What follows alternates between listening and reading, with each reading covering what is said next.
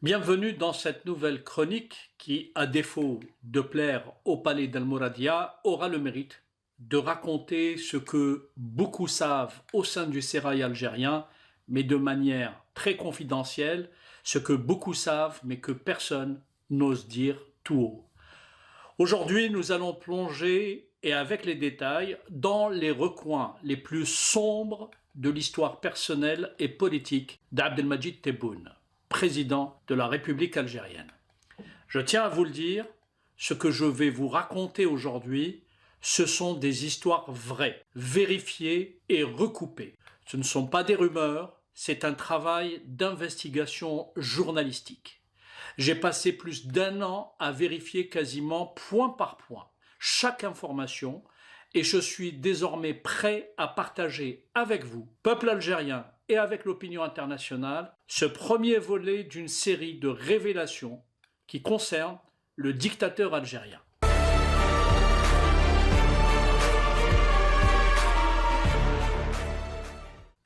Dans cette vidéo, je vous demande de suivre parce qu'elle va refléter la réalité du personnage. Et elle va aussi vous permettre d'avoir accès à l'intimité de Abdelmadjid Tebboune et de mieux comprendre ce personnage trouble qui n'est pas du tout fait pour diriger un État. Nous sommes fin des années 80. Abdelmadjid Tebboune est alors wali de Tizi Ouzou. Fonction sensible s'il en est, conjoncture politique et sociale tendue dans une région, la Kabylie, qui revendique de manière légitime et pacifique la reconnaissance d'une identité berbère méprisée depuis l'indépendance par un régime qui manipule le populisme et les courants islamistes. Mais alors que la région nécessite un suivi sérieux et que la population locale attend des réponses concrètes, le wali, un certain Abdelmadjid Tebboune, s'illustre d'un côté par son attrait pour l'affairisme et d'un autre pour ce caractère de jouisseur qui le caractérise. Après plusieurs années dans la préfectorale, ce haut fonctionnaire sans saveur et sans charisme est pour le pouvoir central l'illustration du parfait exécutant qui, malgré des manquements avérés, arrive néanmoins à évoluer. Il passe peu de temps au bureau, c'est une marque de conduite qu'il traîne à ce jour, y compris à la présidence. Il privilégie alors les soirées entre amis et les beuveries. Majid, comme l'appellent ses copains, est alors réputé pour être un bon vivant qui aime refaire l'Algérie en vidant quelques bouteilles de whisky. À Tizi Ouzou, il compte quelques amis. Pendant qu'il fait semblant de gérer les affaires locales, il mène entre 2 décrets et 3 inaugurations une double vie. S'il se rend souvent à Paris à cette époque, c'est parce qu'une charmante compagnie l'attend à chacune de ses virées. Et pas seulement une maîtresse, un projet immobilier aussi. L'un de ses amis, à la fin des années 80, lui présente un vieux kabyle émigré, propriétaire d'un bar et d'un appartement dans la capitale française. Le monsieur veut alors vendre et retourner au pays pour passer sa retraite. Ça tombe bien, Tebboune veut investir, surtout en France, mais pas au grand jour, bien sûr. Un haut fonctionnaire, ça se doit de rester discret. Alors il achète ce bar et l'appartement attenant, mais au nom de sa maîtresse. Alors je dois vous faire une précision très importante. Le bar, Abdelmadjid Tebboune ne l'a pas acheté avec de l'argent. En contrepartie d'une faveur que je vais vous relater, il a obtenu ce bar et il l'a mis au nom de sa maîtresse de l'époque. Et c'était quoi la contrepartie? Cet immigré kabyle, propriétaire du bar, qui voulait rentrer au pays, voulait également récupérer une concession minière. Donc Abdelmadjid Tebboune, à l'époque wali de Tizi Ouzou, lui a donné une concession minière par arrêté préfectoral et il a récupéré à Paris ce fameux bar qu'il mettra au nom de sa maîtresse. Voilà le montage qui démontre une fois de plus que Abdelmadjid Tebboune est un corrompu et que cela date depuis très longtemps. J'invite les autorités algériennes, enfin je peux rêver, ou la justice algérienne, de vérifier mes dires et d'aller enquêter si tant est qu'il reste des hommes avec de l'honneur dans ce pays. Et il a donné un bien appartenant à l'État et il a récupéré, à titre personnel, un bar qu'il a mis au nom de cette femme qui était, disons, sa maîtresse ou son épouse non déclarée. Disons-le, madame était alors enceinte. Tout était prévu. Un bar, un appartement et probablement un héritier. Après tout, dans cette Algérie qui bouillonne, pourquoi ne pas construire une petite vie parisienne, histoire de s'offrir une porte de sortie, pourquoi pas, si l'État islamique promis alors par le fils venait à voir le jour. Il recrute alors un barman pour gérer son établissement. Il laisse sa maîtresse enceinte et lui retourne à Alger. Et là, tout s'accélère. Nous sommes en juin 1991. Il est nommé ministre délégué aux collectivités locales auprès du ministre de l'Intérieur. Une nomination imposée à l'époque par l'Arbi Belkhir, à Sid Ahmed Ghazali, chef du gouvernement, au nom de ce bon vieux régionalisme tribal dont le pouvoir algérien raffole. Alors je tiens à ce stade à faire une précision. Si la France, souvent complice, a su garder secrète la plupart des archives qui mettent en cause des dignitaires algériens, elle accepte parfois, si l'on sait parler aux bonnes personnes, à laisser fuiter quelques informations. Toujours est-il que l'histoire que je vais vous raconter, je l'ai apprise grâce à des sources algériennes. Et Abdelmadjid Tebboune le sait, puisqu'il soupçonne, parmi ceux qui sont au courant de cette affaire, il soupçonne l'un de ses amis intimes, l'ancien ministre de l'Agriculture, Abdelkader Kadi, qui est aujourd'hui en prison, et je peux vous le certifier, à cause de cette histoire. Mais il se trompe, ce n'est pas Abdelkader Kadi, que je ne connais pas, qui m'a raconté cette histoire. L'histoire que je suis en train de vous raconter, oui, je l'ai apprise grâce à des sources algériennes. Car certains de mes interlocuteurs ont été des proches de Abdelmadjid Tebboune. Mais pour recouper les informations, j'ai dû solliciter aussi des sources françaises. Parce que tout cela me semblait, je dois l'avouer, surréaliste. Et après plusieurs mois d'enquête, j'ai pu confirmer les révélations qui m'ont été faites à propos du dictateur algérien qui menait donc bel et bien une double vie avec une famille officielle en Algérie et une autre famille dans la clandestinité à Paris. Mais l'histoire ne s'arrête pas là. Le plus grave est à venir. Je partage avec vous mes informations, vous l'aurez compris, non pas pour m'immiscer dans sa vie privée, je l'ai dit, qui ne m'intéresse pas du tout puisqu'elle ressemble à la vie de millions de goujats frustrés du système algérien. Si je les partage avec vous, ces informations, c'est pour que d'aucuns puissent comprendre la psychologie de ce dictateur. Tebboune avait donc une maîtresse en France. Et fin 1991, après plusieurs mois d'absence en raison de ses activités à Alger, il revient discrètement à Paris, voir sa douce, mais aussi faire connaissance avec ce fils né quelques mois plus tôt. Il vient aussi s'enquérir de l'état de ses affaires, bien sûr, le fameux bar qui est géré par ce barman qu'il a lui-même recruté. Même si le bar qu'il a acheté est au nom de sa maîtresse, il a besoin quand même de savoir ce qu'il lui rapporte. Voilà un ministre algérien délégué auprès du ministre de l'Intérieur dont la priorité, à ce moment-là, ce sont ses propres affaires. Au moment où l'Algérie est au bord, rappelons-le, du précipice, car les islamistes jurent d'instaurer une théocratie, leur fameuse Daoula Islamia, rappelez-vous, celle promise par Abbasi Madani Ali Belhadj notamment, et de leur côté, les généraux, rappelez-vous, dont l'ombre commençait déjà à réfléchir à l'arrêt du processus électoral et à la dissolution du fils. La société, quoi qu'on en dise, est alors en ébullition. Toute l'Algérie est sur un volcan. Nous sommes à la veille de la décennie noire, mais Tebboune n'est centré que sur sa petite personne, ses petits plaisirs et ses petites affaires. Le petit arriviste de Mechria, qui aime l'alcool, l'argent et les femmes, je l'ai dit à maintes reprises, a d'autres préoccupations en effet en arrivant à Paris pendant cet hiver 1991. Mais voilà, sa maîtresse, furieuse d'avoir été abandonnée durant plusieurs mois, a trouvé mieux à faire. La dame, désormais en couple avec le barman, lui claque la porte au nez. Durant une soirée d'ivresse, il rumine, je parle de Tebboune, et décide d'insister. Et notre Tebboune national n'est pas du genre à lâcher l'affaire, surtout quand ça concerne une femme ou quelques affaires. En quelques heures, il apprend qu'il a perdu sa maîtresse et son bar, au profit d'un inconnu qu'il avait lui-même recruté. Alors Tebboune insiste. Il revient au bar, il fait nuit noire et se mit à tambouriner à la porte. L'amant sort et le fait dégager. Les deux hommes se repoussent mutuellement et là, altercation. Devant ce trouble à l'ordre public, le voisinage appelle la police. Un équipage arrive, toute sirène hurlante, quelques minutes plus tard. Quand les agents sortent du véhicule, ils trouvent un homme désobligeant, bien éthanolé, c'est-à-dire complètement ivre, et au moment où il s'apprête à l'arrêter, il se mit à vociférer dans sa moustache sur ce ton dont seuls les ivrognes ont le secret. « Ne me touchez pas, je suis le ministre de l'Intérieur de la République algérienne », avait-il clamé fièrement. On le sait parce que tout simplement, il y a eu une main courante rédigée par les policiers français.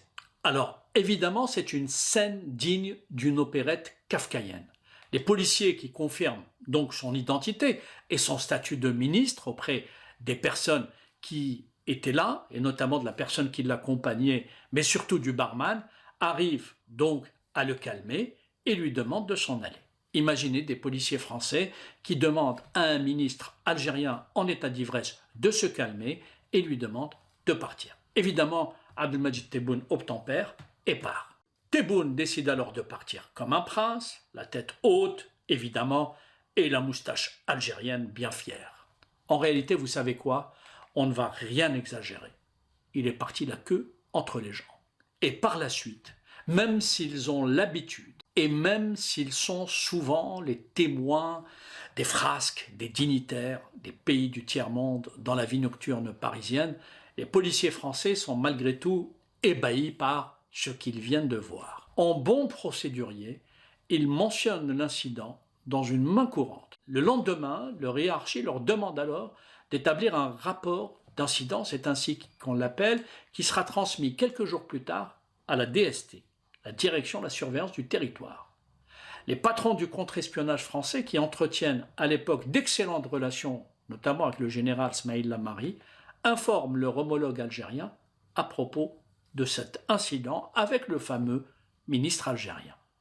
Malgré son caractère froid, selon mes informations, lorsqu'il apprit quelques jours plus tard de la bouche du général Smaïl l'affaire en question, le patron de l'ancien DRS, en l'occurrence le général Touffer, serait entré dans une colère noire.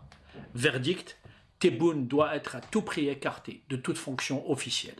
Et c'est une demande du patron du DRS à l'époque qui amènera, en février 1992, à congédier Abdelmadjid Tebboune. Le rideau tombe donc sur sa carrière et tous ceux qui voulaient savoir pourquoi Tebboune a disparu des radars au courant des années 90, eh bien ils ont désormais la réponse. Et au lieu de répondre de façon intempestive, comme font les mouches électroniques et les soutiens du dictateur algérien, encore faut-il à la fois vérifier et méditer sur ces informations qui, je le répète, sont totalement vraies, recoupées et vérifiées. Depuis ce temps, Abdelmadjid Tebboune est littéralement méprisé par tous les patrons des services de renseignement algériens. Je parle évidemment de l'ancienne génération qui est au courant de cette affaire. Commence alors la traversée du désert d'Abdelmadjid Tebboune, au sens propre comme au sens figuré. Pour lui, ce sera direction Adrar. Il y bâtit une belle villa. Oui, avec les économies qu'il a amassées grâce aux multiples affaires qu'il a réalisées partout où il est passé, il pouvait se permettre. C'est la ville où habitent ses beaux-parents. C'est pour ça que son choix s'est porté sur Adrar. Il y va pour se faire oublier, pour se cacher car il a honte et il veut être loin des salons algérois. D'autant plus que quelques initiés sont déjà au courant de ces mésaventures parisiennes. C'est aussi quelqu'un qui n'est pas réputé pour son courage. Or, l'Algérie à l'époque est à feu et à sang, et Adrar est calme. Elle ne fait pas face à la violence terroriste. Il décide alors de créer une société pour vendre des pois chiches et des haricots secs. Il s'associe avec un certain Mohamed Hassouni. Oui, celui-là même qui deviendra conseiller présidentiel en 2023, chargé des affaires religieuses, des zaouïas et des écoles coraniques. Un expert? Pas du tout. Hassouni est même un analphabète quasiment. C'est juste un ami et un ancien associé de Tebboune. Cet ami l'introduira auprès des zaouïas au sud du pays pendant sa présence à Adrar. Car à Adrar, justement, il y a aussi le cheikh Belkbir, un cheikh soufi fondateur de la grande zaouïa de Touat, souvent visité par des dignitaires du régime. Et figurez-vous qui rend régulièrement visite au cheikh Belkbir. Un homme en particulier. Il s'appelle Abdelaziz Bouteflika. L'ancien ministre de Boumedienne vit lui aussi durant ces années 90 à traverser du désert. Et on le sait aujourd'hui, c'est quelqu'un qui est attiré par les milieux soufis et le mysticisme. Lors de ses escapades dans le sud du pays, à Adra, qui ne dispose pas de grandes infrastructures hôtelières, il est alors reçu par un certain Abdelmajid Tebboune qui vient à peine de terminer la construction d'une belle villa qui dispose des commodités pour accueillir un Bouteflika qui a le goût du luxe. À défaut d'amitié, une complicité naît entre les deux hommes. L'un a la villa, l'autre cherche un abri. Mais de plus, Bouteflika, qui dépasse intellectuellement Tebboune à la fois de la tête et des épaules, était un très bon conteur, qui pouvait parler des heures durant, surtout lorsque plus personne ne s'intéressait à lui. Tebboune, lui, méprisé par l'ensemble du sérail en raison de ses frasques et de sa médiocrité intellectuelle, et d'une certaine manière fier et flatté de voir que Bouteflika lui accorde intérêt, malgré son côté très limité et très terre-à-terre. Il l'écoute des heures durant. Oui, il écoute alors l'ancien chef de la diplomatie algérienne raconter et parler à la fois de Fidel Castro, de Che Guevara, du général de Gaulle, du terroriste Carlos et des dirigeants américains et soviétiques. Il est littéralement sous le charme. Et voilà comment la grande histoire peut parfois changer le cours d'une vie. 1999, Abdelaziz Bouteflika devient président de la République coopté par l'armée. Tebboune, qui était sorti du gouvernement en 1992 par la toute petite porte, revient 7 ans plus tard par la toute petite fenêtre. Bouteflika, qui savait parfois se montrer reconnaissant, n'avait pas oublié l'hospitalité de Tebboune et les petits plats préparés par Madame Tebboune. Enfin, préparés par Madame Tebboune, l'officielle. Il permet donc à son ami de circonstance, qui l'a si longuement écouté, de redevenir ministre. Il l'impose donc, y compris contre l'avis des services de sécurité qui n'ont pas fait preuve à l'époque d'un très grand courage, et je parle notamment du général Toufiq, qui était au courant évidemment de la mésaventure parisienne de ce revenant. D'abord, il est ministre de la Communication. Ça lui permet de mettre un pied au gouvernement et ça lui permet aussi de délaisser son commerce de pois chiches. Il finit ensuite ministre de l'Habitat, là où les affaires se font et se défont dans le ciment. Mais très vite, il se retrouve éclaboussé par une nouvelle affaire. Il se retrouve éclaboussé par le scandale Khalifa, une affaire dans laquelle étaient impliqués les 3/4 du sérail algérien. Il est alors accusé d'avoir donné des instructions verbales au directeur des OPGI afin que ces derniers aillent déposer les fonds publics dans la banque Khalifa. Devant le juge, il nie. Mais une autre affaire lui pend au nez malgré ses dénégations à propos de l'argent des OPGI. Le juge qui l'interroge alors lui demande de s'expliquer également sur une dépense qu'il a effectuée de l'ordre de 35 000 € approximativement sur un compte Khalifa Bank. Tebboune commence par dire « Je n'ai pas de compte, ni en dinars, ni en devises dans Khalifa Bank, monsieur le juge ». Mais devant l'insistance du magistrat, Abdelmajid Tebboune finit par reconnaître que le grand patron de Khalifa, Moumen Khalifa, lui avait donné en personne une carte de crédit Mastercard et qu'il avait la possibilité de l'utiliser à sa guise. Elle n'est pas belle la vie? Ce qui en droit s'appelle tout simplement de la corruption. Pour cela, il sera poursuivi. Mais malgré le scandale, il est laissé en liberté en attendant la fin de cette instruction qui, faut-il le préciser, obéit à la procédure de privilège de juridiction dont bénéficient les ministres conformément à l'article 574 à 577 du Code de procédure pénale. Ceci est technique, c'est évidemment pour les avocats, les magistrats et les juristes qui maîtrisent ces aspects. Bouteflika fait tout pour lui éviter la détention préventive, non pas parce qu'il veut le protéger, mais parce qu'il refuse qu'un membre de son gouvernement soit emprisonné. Bouteflika n'a pas envie d'être entaché par cette affaire Khalifa. Mais Tebboune est néanmoins obligé de quitter le gouvernement au mois de juin 2002. Nouvelle traversée du désert.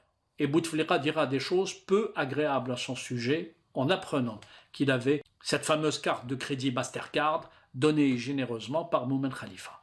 Tebboune ira ensuite pleurnicher pendant plusieurs années devant Saïd Bouteflika et devant Mustapha Bouteflika pour qu'ils puissent intercéder auprès de leur frère, le président, afin que celui-ci dicte à la justice de ne pas l'emprisonner.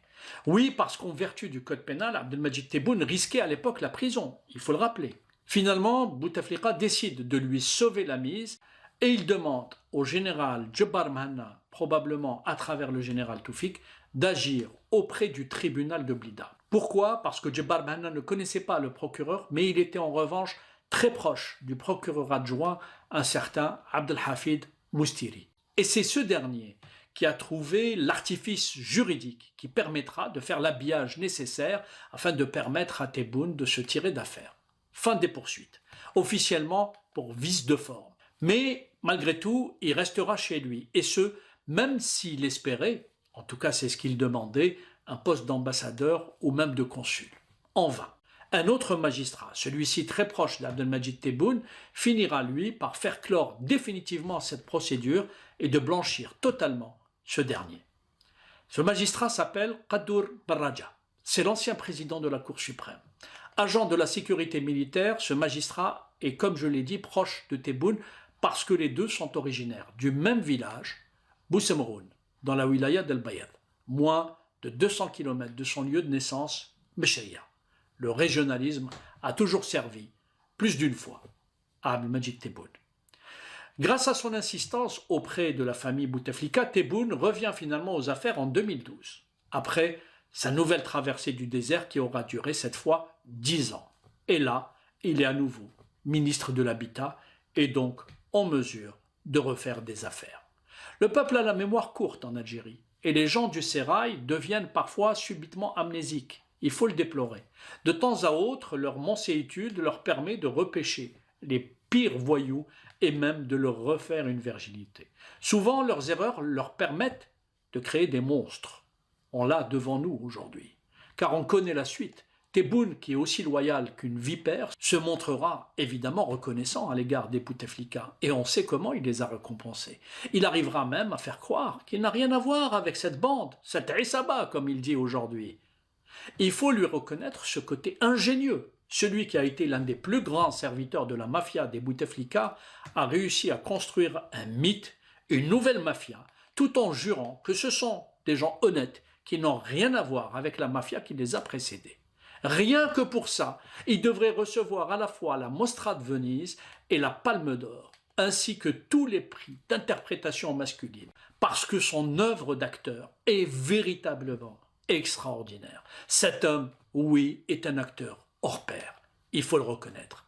Je préfère dire ça que de croire que les Algériens constituent non pas des spectateurs, mais un peuple de moutons. Enfin bref, je ne vais pas devenir désagréable. Ainsi va l'Algérie. Un bar à Paris, un enfant jamais reconnu, une vie parallèle, un ministre affairiste, puis président par magie. Quelle que soit votre opinion, et je sais que la majorité d'entre vous a peur de s'exprimer, il y a une chose que je me permets de vous conseiller. Au fond de vous-même, n'oubliez jamais qui est vraiment Abdelmadjid Tebboune. Je vous dis à très bientôt.